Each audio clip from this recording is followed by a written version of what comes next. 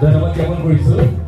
নাহৰৰ গান আমি শুনি হয় নহয়, নাহৰ সকলোৰে প্ৰিয়, গতিকে সদায় দৰ্শক মণ্ডলী অলপ সময়লৈ বেয়া নাপাব। শলাগৰ হয় আগবঢ়াইছোঁ গীতশ্ৰী ভাগ্যশ্ৰী দত্ত শইকীয়া, ভাগ্যশ্ৰী দত্ত শইকীয়া আমি আমাৰ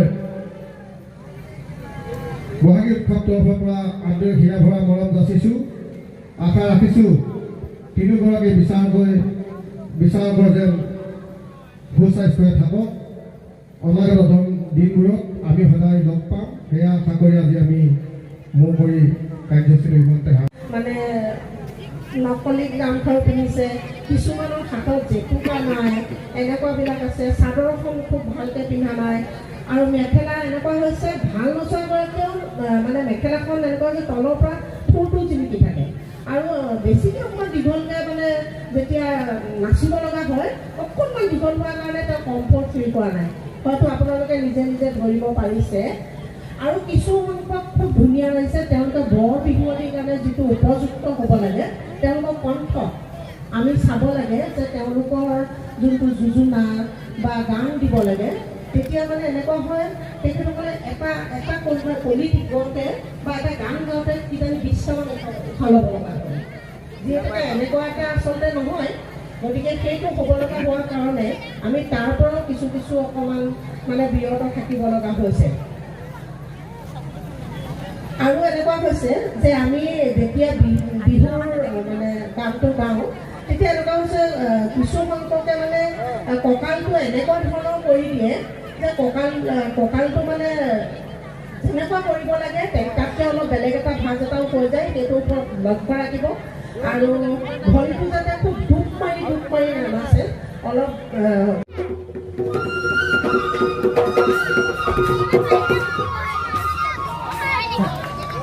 এটা সুন্দৰ সৰু বিহুৱতী প্ৰতিযোগিতাৰ অধ্যক্ষৰ বাবে মোক যি এই পহুমৰা আঞ্চলিক যুৱক মঞ্চৰ বহাগী উৎসৱৰ যি এই অনুষ্ঠান, তেওঁলোকে এনেকুৱা সুন্দৰ এটা অনুষ্ঠান উপহাৰ দিয়াৰ বাবে সকলো যুৱ সংঘৰ সকলো কাৰ্যকৰ্তা, উদ্যোক্তা, সভাপতিলৈ, সম্পাদকলৈ মোৰ শ্ৰদ্ধা নিবেদিছোঁ। সঁচাকৈ বৰ সুন্দৰভাৱে অভিজ্ঞ 3জন বিচাৰকে যি ফলাফল আপোনালোকৰ মাজলৈ আগবঢ়ালে, মই তিনিওগৰাকী বিচাৰকলৈ শ্ৰদ্ধা জনাইছোঁ, আন্তৰিকতা যাচিছোঁ।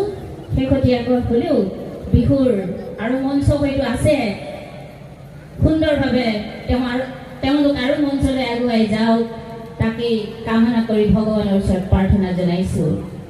এটি বিশেষ কথা ক'ব বিচাৰিছোঁ, সঁচাকৈ এই পহুমৰা আঞ্চলিক সমাজৰ উদ্যোগত বহাগী উৎসৱৰ উদ্যোক্তা আৰু সভাপতি, সম্পাদক, সদস্যসকলক সঁচাকৈ ধন্যবাদ দিব লাগিব। এক অতুলনীয় মঞ্চ ইমান সুন্দৰভাৱে পৰিচালনা কৰিছে, মই সঁচাকৈ আহি অভিভূত হৈছোঁ। কিন্তু তেওঁলোকক মই এদিন ভালকৈ লগেই নাপালোঁ, মোৰ মনৰ কথা ক'বলৈ বা কিবা এটা আগবঢ়াবলৈও। বাৰু যাই নহওক, তেওঁলোকক অহা বছৰলৈ সমিতিৰ যিখিনি গামোচা হয় তেওঁলোকে লিপিবদ্ধ কৰি ৰাখিব। তেওঁলোকক মই মোৰ ফালৰ পৰা গামোচাখিনি দিম। আৰু মই এগৰাকী লখিমপুৰৰ বিহুৱতী হিচাপে লতাশিলত প্ৰথম নাচিবলৈ যোৱা এগৰাকী বিহুৱতী, আৰু লখিমপুৰ জিলাৰ হৈ পেলাই অসমৰ প্ৰতিটো মঞ্চতে উপস্থাপন কৰিবলৈ যোৱা, সহযোগী হ'বলৈ যোৱা, বিচাৰক হ'বলৈ যোৱা এগৰাকী মই ৰঙানদী পৰিয়া মিচিং গাভৰু। গতিকে মোৰ শিল্পী জীৱনৰ যি অৰিহণা মই অৰ্জন কৰিছোঁ প্ৰতি মঞ্চৰ পৰা,